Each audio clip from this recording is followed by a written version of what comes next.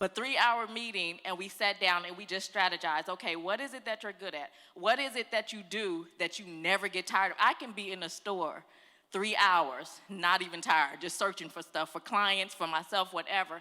That's just something I never get tired of.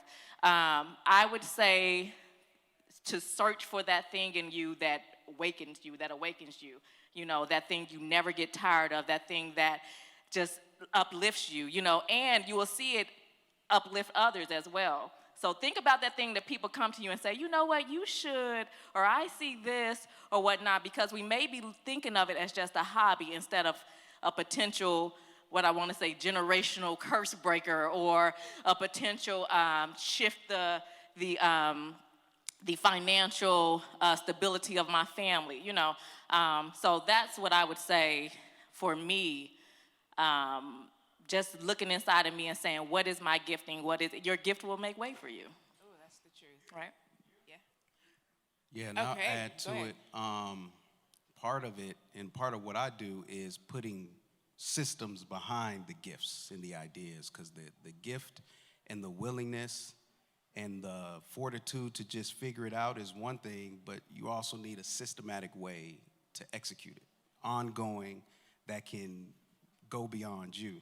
So for me, when I think about, you know, the question here is, I use my job to fund my research. So I'm on the job. This was before Facebook and YouTube. We had Blogger. Does anybody remember Blogger and Blogspot and Tumblr and all that? So, right? I've got a list of blogs every morning where I log into my computer. Before I even open up email, I go through all of these blogs and I read and I educate myself over the years. And that was one thing.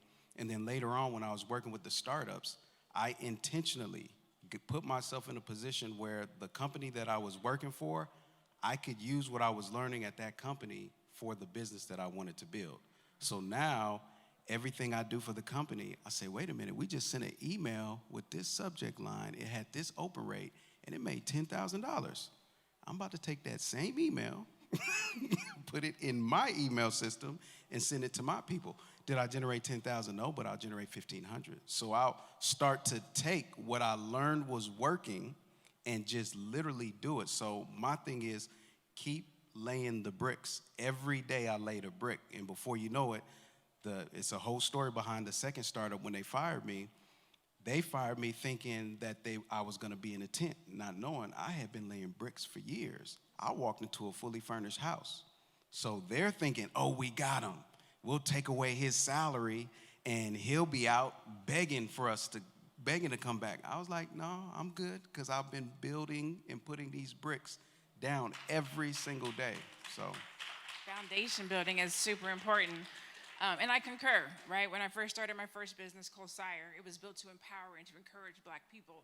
And because it did so good, so quick, so fast, my colleagues were like, how did you do it? How did you do your social media? How did you do your website? How did you do your marketing? And so I pivoted and started teaching and coaching other people how to do what I did. And before I know it, I'm a coach based on the business that I created, exactly like you. But then even with that, I wasn't fulfilling my purpose in coaching, because I really wanted to be encouraging and empowering Black people. So I had to close down both my first business and my second business to start a third business, Upscale Noir, which is the business I have now, so that I could do both. I want to be operating my passion, which is encouraging, educating, and empowering Black entrepreneurs, but I also want to make sure I have purpose and make sure that I'm profitable.